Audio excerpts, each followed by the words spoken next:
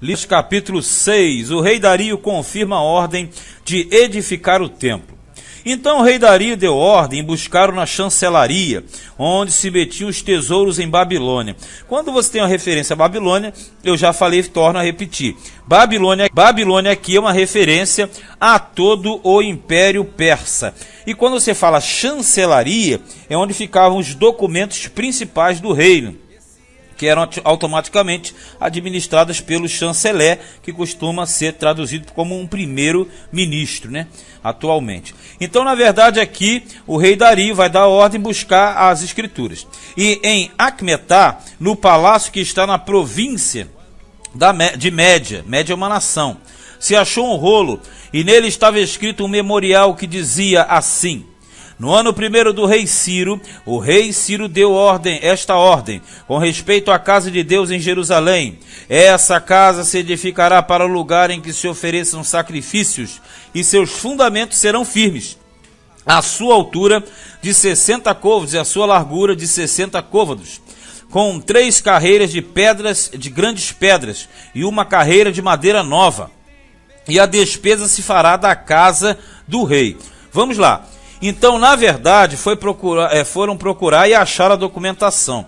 Essa cidade aqui chamada Acmetá, ela ficava justamente na Média. Vamos entender. A questão dos imperadores, eles tinham várias residências. Então aqui, o palácio de Acmetá também é chamado de Ecbátana, porque você tem aquela questão das línguas. O Acmetá, ele ficava na Média e era considerado uma residência de verão. Então, quando chegava o verão, calor, os reis costumavam a vir para essa cidade, Acmetá, mas ela ficava dentro da Média, e a Média era uma nação, tem que ter essa compreensão. São várias nações, todas elas formando um mesmo império.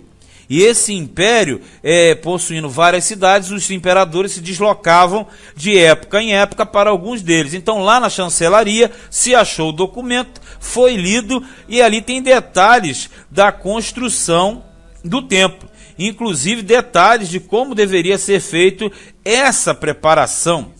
Versículo 5. Demais disto, os utensílios de ouro e de prata da casa de Deus, que Nabucodonosor transportou do templo que estava em Jerusalém e levou para a Babilônia, se tornarão a dar para que vão ao seu lugar, ao templo que está em Jerusalém, e os levarão à casa de Deus. Agora, pois, Tatenai, governador de além do rio, Setar-Bozenai e os seus companheiros, os Afarsaquitas, que estáis de além do rio, apartai-vos dali. Deixai-os na obra desta casa de Deus, para que o governador dos judeus e os judeus edifiquem esta casa de Deus no seu lugar. O governador dos judeus, nessa época, nós sabemos que era o Zorobabel. Então a ordem veio expressa, tipo o seguinte: olha, ô Tatenai, você que é governador além do rio, mais o Setar-Bozenai e os seus companheiros, vocês que estão do lado aí, apartai-vos dali, quer dizer, sai daí, deixa de lado os judeus que eles têm que fazer a obra. Então quer dizer, o camarada foi fazer intriga, se deu mal. 8. Também por mim se decreta, olha só, o que haveis de fazer com os anciãos dos judeus, para que edifiquem a casa de Deus, a saber, que da fazenda do rei, quer dizer, do dinheiro do império, dos tributos da além do rio, que era o dinheiro arrecadado ali, se pague prontamente a despesa a estes homens, para que sejam impedidos. Qual é a questão? Eles foram denunciar os judeus pela construção do templo. Sabe o que aconteceu? Ainda tiveram que fornecer dos seus recursos, que era o recurso que entrava para o imperador, eles recolhiam dos seus recursos para entregar na mão do judeu. Quer dizer, ainda teve que ajudar os judeus a fazerem a obra. E falou assim, ninguém pode impedir. 9. Ó. E o que for necessário, como bezerros, carneiros e cordeiros para o holocausto ao Deus dos céus, trigo, sal, vinho, azeite, que é o principal para fazer esses rituais, né? Segundo o rito dos sacerdotes que estão em Jerusalém. Desse-lhes de dia em dia para que não haja falta. E são obrigados a fornecer também o material para os sacrifícios do templo. 10. Para que ofereçam sacrifício de cheiro suave ao Deus dos céus e orem pela vida do rei e de seus filhos. Nós já falamos. É porque a política persa, ela era a seguinte: cada um adorava o seu Deus na sua terra, porque o imperador, ele usufruía de todas essas bênçãos dos deuses. Então, quando ele fala oferta de sacrifício e cheiro suave, você fala, ele conhece a lei? Não é somente a lei, é porque todas as culturas faziam reverência aos seus deuses. Então ele está dizendo assim: se os judeus cultuarem o seu Deus, os benefícios virão sobre nós. 11. Também por mim se decreta que todo homem que mudar este decreto, quer dizer, que não cumprir, um madeiro se arrancará da sua casa, quer dizer, uma trave, um pedaço de pau, ou uma trave justamente puxada da sua própria casa, e levantando, o pendurarão nele, quer dizer, ia pendurar o cara no madeiro, e da sua casa se fará por isso um monturo. O que é um monturo? Uma grande lixeira, um grande escombro. O Deus, pois, que fez habitar ali o seu nome, derribe a todos os reis e povos que estenderem a sua mão para o mudarem e para destruírem esta casa de Deus. Olha como é que o negócio é pesado e é sério. Essa casa que está em Jerusalém. Aí ele fala assim: eu, Dario, dei o decreto, apressuradamente se execute. Olha o que aconteceu. Eles tentaram fazer intriga. Tatenai, Setar-Bozenai e os Afarsaquitas, quer dizer, os seus companheiros. Eles tentaram fazer intriga. O que aconteceu? Eles ajudaram a reconstrução.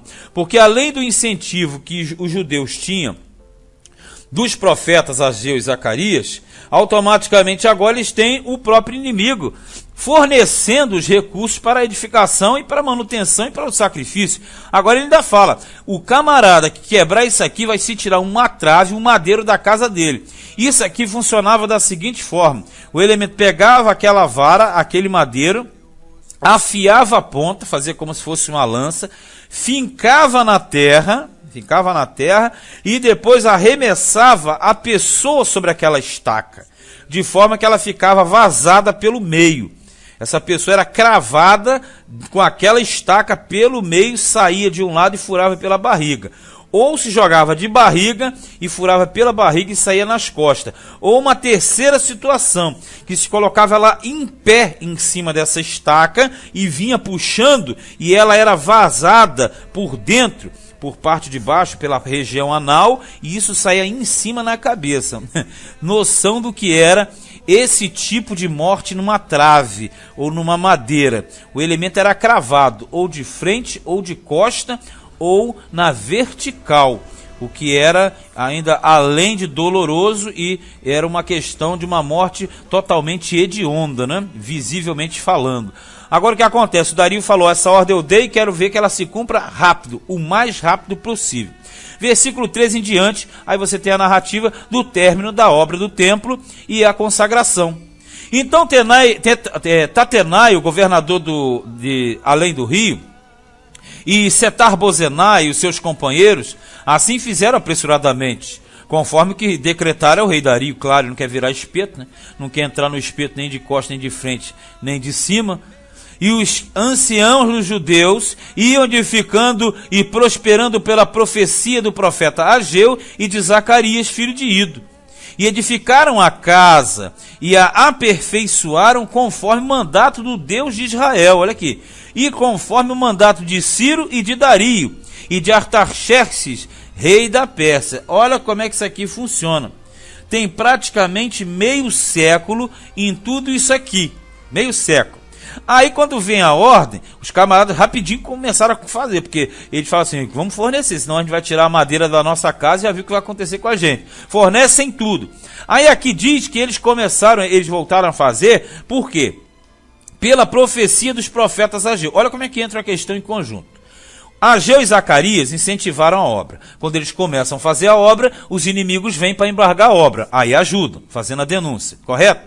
Aí aqui ainda diz que eles aperfeiçoaram conforme o mandato de Deus, o Senhor, Deus de Israel. Aí fala assim: Ciro, Dario e Artaxerxes, sendo que Ciro foi aquele que mandou iniciar, Dario que mandou reiniciar, e o Artaxerxes que vai pegar lá outra turma, e a turma também do Neemias da muralha. Então aqui nós aprendemos o que é um grande controle de Deus, um grande domínio, mas um grande aprendizado. Quando o povo de Deus para também. Mas quando Deus quer que retome, ele faz de tudo para que isso tenha o seu curso normal. Olha no 15. E acabou-se esta casa no dia 3º do mês de Adar, que era o 6º ano do reinado do rei Dario. Isso aqui cai mais ou menos em fevereiro e março de 515 a.C., mais ou menos por aí. 515, 516, nunca tem um sentido completo. E o templo ali foi concluído. 16. E os filhos de Israel, e os sacerdotes, os levitas e o resto dos filhos do cativeiro, fizeram a consagração desta casa de Deus com alegria. Consagração é o ritual de inauguração. E ofereceram para a consagração desta casa de Deus 100 novilhos, 200 carneiros, 400 cordeiros e 12 cabritos, por expiação do pecado de todo o Israel, segundo o número das tribos de Israel. Agora vamos lá. Todo Israel, nós sabemos que não existe todo Israel, só existe a tribo de Judá. A conotação a todo Israel é porque é o memorial. Então os 12 cabritos, um para cada tribo. Mas na verdade só existe Judá com a mesclagem de Benjamim. Um pouquinho de Levita e os simeonitas que tinham sido deflagrados dentro do território de Judá ainda antes do cativeiro. 18. E puseram os sacerdotes nas suas turmas e os levitas nas suas divisões para o ministério de Deus que está em Jerusalém, conforme o escrito do livro de Moisés. E os que vieram do cativeiro celebraram a Páscoa no dia 14 do 1º mês. Então, na verdade, eles concluíram. E eles realizam a Páscoa. E a Páscoa sempre lembra saída e libertação do Egito, não foi? Aquela situação. E aqui não é diferente, porque eles retornaram do cativeiro também. Então também é uma saída e uma libertação. E o mês primeiro, deve lembrar, o mês de Nissan, onde se comemorava a Páscoa. Versículo 20. Porque os sacerdotes e levitas se tinham purificado como se fossem um só homem, quer dizer, todos com disposição. E todos estavam limpos, e mataram o cordeiro da Páscoa para todos os filhos do cativeiro, e para seus irmãos, os sacerdotes, e para si mesmos. Assim, comeram a Páscoa os filhos de Israel que tinham voltado do cativeiro, como com todos os que a ele se apartavam da imundícia das nações da terra, para buscarem o Senhor, Deus de Israel. Quando fala estavam limpos, se apartaram da imundícia, porque, ritualmente falando, eles entraram dentro do concerto da lei de Israel, que era a lei de Deus ou a lei mosaica. 22. E celebraram a festa dos pães asmos os 7 dias com alegria, porque o Senhor os tinha alegrado e tinha mudado o coração do rei da Assíria a favor deles, para lhes fortalecer as mãos na obra da casa de Deus, o Deus de Israel. Vamos entender. Festividade dos pães asmos, eram 7 dias após a Páscoa. 14º dia, Páscoa, 7 dias posteriores, festa dos asmos. Aí aqui diz que eles tinham grande alegria. Olha o detalhe, porque o Senhor os tinha alegrado. Tipo o seguinte, ninguém tem alegria se o próprio Deus não alegrar. E diz mais, porque aqui eles tinham sido alvo do mandato do coração do rei da Assíria. Tu fala, mas a Síria? Mas a Síria não perdeu para a Babilônia e não perdeu para a Pérsia. E quando você fala a Síria, é a mesma coisa de Babilônia. A Síria e Babilônia já faziam parte do contexto do Império Persa. Então a Síria, que na verdade você lê como sendo o imperador persa, o rei persa. E foi ele que decretou a ordem da reconstrução e animou a mão dos judeus, podemos fazer assim, para extraírem para dentro e executarem a obra de restauração, de reconstrução do templo. Este foi Esdras, capítulo de número 6.